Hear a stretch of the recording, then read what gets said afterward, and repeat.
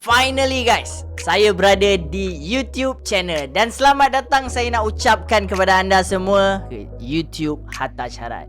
Dekat sini saya akan kongsikan video-video education, journey saya dan informatif. Segala benda yang ada ni saya akan kongsikan dengan korang, bukan saja cat semata-mata.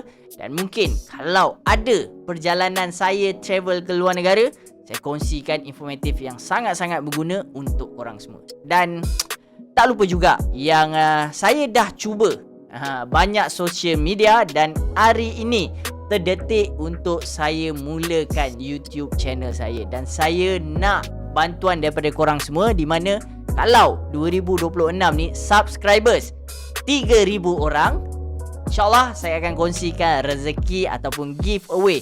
Kalau hit sebelum Disember, InsyaAllah giveaway akan saya lakukan. Dan giveaway dia daripada awal hingga ke akhir, of course paling gempak guys. Mana tahu motor sekali lagi ke.